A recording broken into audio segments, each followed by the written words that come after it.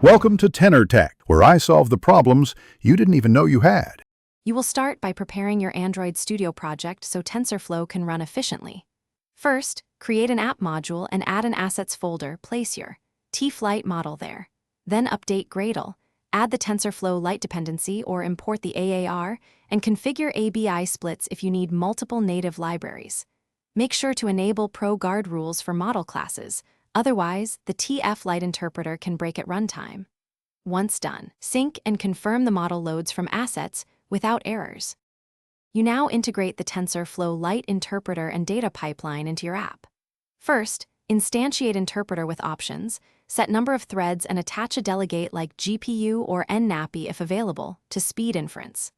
Next, implement preprocessing, resize bitmaps to model dimensions, normalize pixel values, and write them into a direct byte buffer in the expected byte order.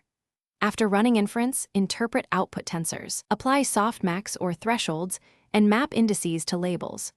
Test on a device to verify performance and correctness. Finish by optimizing and validating your TensorFlow integration for real users. Convert or quantize the model to 8-bit if size or latency matters, and rebuild the app with optimized build variants. Then profile on device, measure average inference time, memory use, and battery impact. Tweak delegates and thread counts accordingly. If things go wrong, check common issues, mismatched input dimensions, incorrect byte order in buffers, or pro-guard stripping, add keep rules.